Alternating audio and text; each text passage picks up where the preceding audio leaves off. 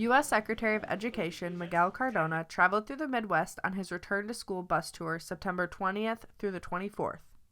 His first stop was at Locust Lane Elementary in Eau Claire, Wisconsin.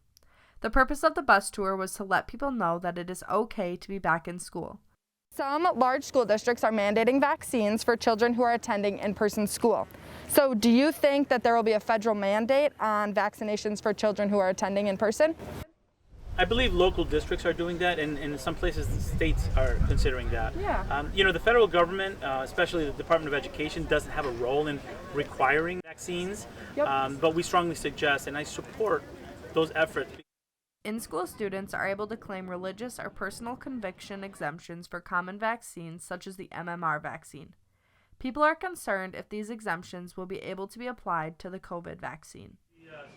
Even before COVID, there were exemptions made, and I respect the rights of folks who have religious exemptions, and I understand that this process is not linear, that it's not as simple as some would like it to be, but at the end of the day what we're talking about is public health.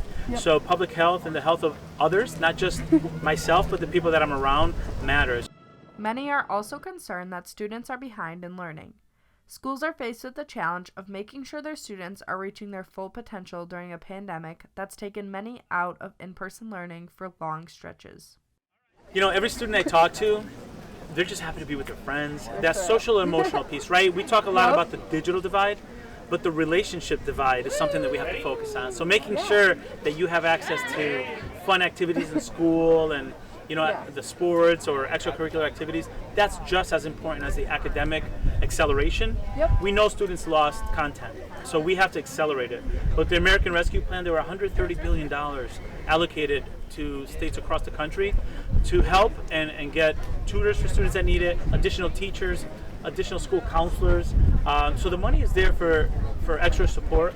And I think in the next year or two, you're going to see a lot more support for students who are feeling a little bit behind either academically or need a little bit of access to social emotional support or mental health access. Because we know we all went through this trauma together. The fear of online learning has impacted many students' decision on whether or not they will continue their education after high school. 70% of the jobs out there require some training after high school. Yes. So we really want to make this about career planning. We have to do better in our high schools across the country to make sure that we're providing clear college and career access pathways, give students opportunity to see what's out there. And then our community colleges and our four-year colleges have to find creative and innovative ways to re-engage those who they might have lost in the pandemic. For the PBS NewsHour Student Reporting Labs, I'm Kaylee Swino in Black River Falls, Wisconsin.